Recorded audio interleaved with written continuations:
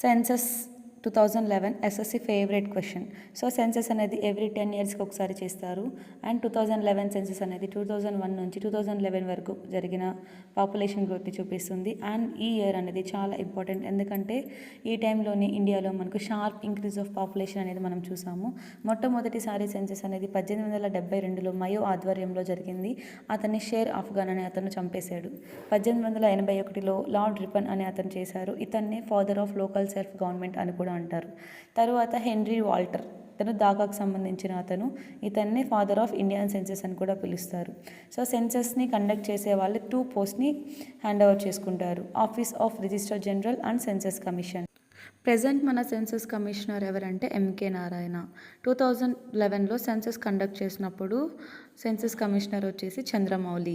So అప్పుడు theme వచ్చేసి our census our future.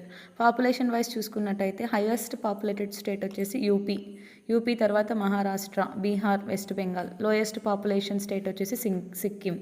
Highest population union territories Delhi. Lowest population union territories Lakshadweep. Highest populated city is Mumbai.